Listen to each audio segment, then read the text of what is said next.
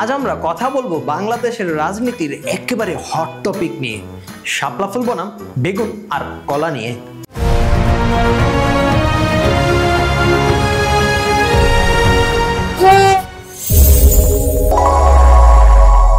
না না, আপনারা আবার ভাববেন না এটা কোনো হাট বাজারের কথা বলছি।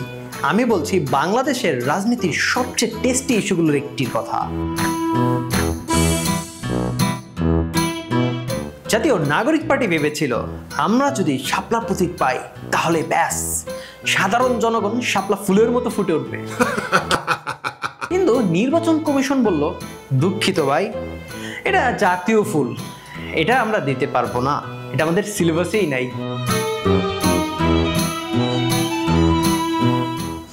মানে কি, দলটা গেল ফুলের খোঁজে আর হাতে পেল সবজি।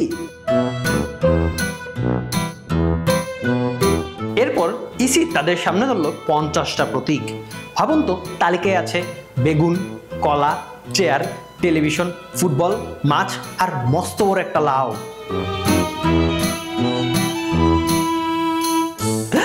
আমি তো প্রথমে শুনে ভাবলাম এটা কি নির্বাচন নাকি গ্রামের কোনো হাট বাজার, কারণ আধা ঘন্টা ঘুরলেই তো শাকসবজি দিয়ে একটি সংসদ গঠন করা যাবে।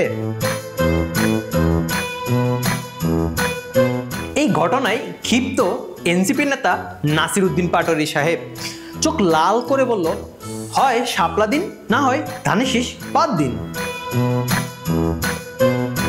আবার এই বক্তব্য শুনে বিএনপির মহাসচিব মির্জা ফখরুল ইসলাম আলমগীর সাহেব বললেন, আমরা তো কথা বলে যাই যে তোমাদেরকে এই মার্কা দেওয়া যাবে না, তাহলে অযথা বিএনপির ধানের শীষকে নিয়ে টানাটানি কেন?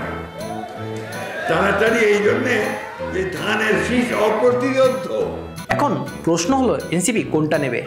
যদি কলা নেয় তাহলে প্রতিপক্ষ বলবে রাজনীতি করতে গিয়ে কলা খেয়েই পিছলে গেল, আর যদি বেগুন নেয় তাহলে সাধারণ ভোটাররা বলবে দলটা তো ভাজা বেগুনের মতোই নরম, আর যদি চেয়ার নেয় তাহলে সবাই বলবে ওরা তো চেয়ারের জন্যই রাজনীতি করে। আমরা এই বিষয়ে কয়েকজন সাধারণ ভোটারের সাথে কথা বলেছি। একজন বললেন, ভাই আপনি কোন প্রতীক চান?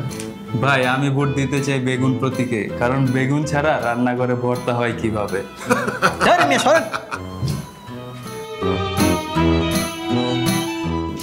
আরেকজন বললেন, ভাই আপনি কি প্রতীক চান? ভাই আমি ভোট দিব কলায়, কারণ কলা খাইয়ে অন্তত গরিবের ক্ষুধা মিটবে।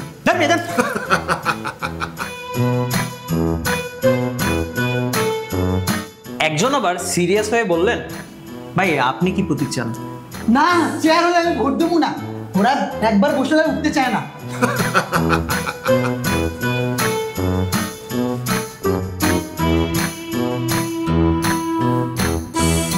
অথচ এনসিপির স্বপ্ন ছিল শাপলা ফুল। তারা ভেবেছিল শাপলা মানে জাতীয় অনুভূতি। কিন্তু কমিশন বলল, না ভাই, জাতীয় ফুল শাপলাকে আমরা রাজনৈতিক যুদ্ধে নামতে দিতে পারি না, এটা আমরা কোনো রাজনৈতিক দলে দিতে পারবো না।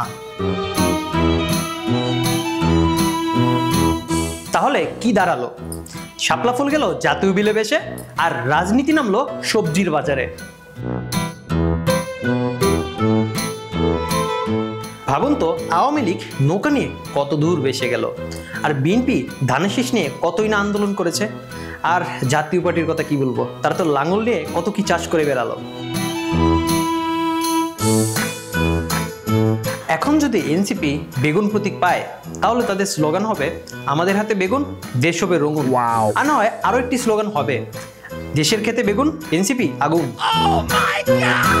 আর যদি কলা নেয় তাহলে হবে, কলা আছে হাতে, আমরা থাকবো সাথে। আসলে রাজনীতির প্রতীক একটা দলের পরিচয়ের অংশ। শাপলা হোক, কলা হোক কিংবা বেগুন, আসল মূল কাজ হচ্ছে জনগণকে বোঝানো।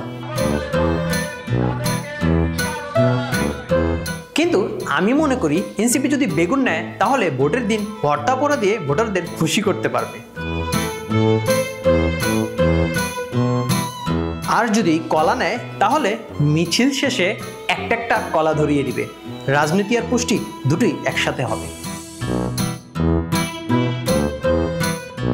তাহলে বন্ধুরা, আজকের এই গল্প থেকে শিক্ষা কি? বাংলাদেশের রাজনীতিতে প্রতীক শুধু একটি ভোটের মার্কা নয়, এটি একটি হাসির খোরাকও বটে।